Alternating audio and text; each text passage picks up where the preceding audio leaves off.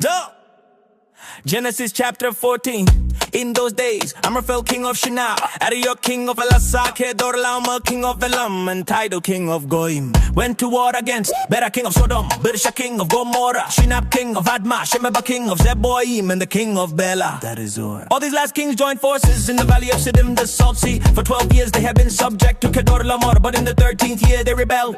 In the 14th year, Kedorlaomer and the kings allied with him, defeated the Repites, Zuzites, and Emites, and the Horites in the hill country of Seir. Then they turned back and came to En-Mishpat, that is Kadesh, and conquered the territory of the Amalekites and the Amorites. Then the kings of Sodom, Gomorrah, Admah, Zeboim, and Bela marched out, drew up their battle lines in the valley of Siddim against Kedorlaomer and the kings with him, 4 kings against 5. Now the valley of Siddim was full of tar pits, and when the kings of Sodom and Gomorrah fled, some of the men fell into them, and the rest fled to the hills.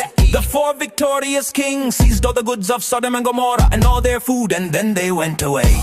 They also carried off Lot, Abram's nephew, and his possessions, since Lot was living in Sodom. One who had escaped came and reported this to Abram the Hebrew. Abram was living near the great trees of Mamre the Amorite, a brother of Eshcol and Aner, all of whom were allies of Abram. When Abram heard that his relative had been taken captive, he called out the 318 trained men born in his household and pursued the invaders as far as Dan. During the night, Abram divided his forces and attacked them, and he pursued them as far as Hobah, north of Damascus.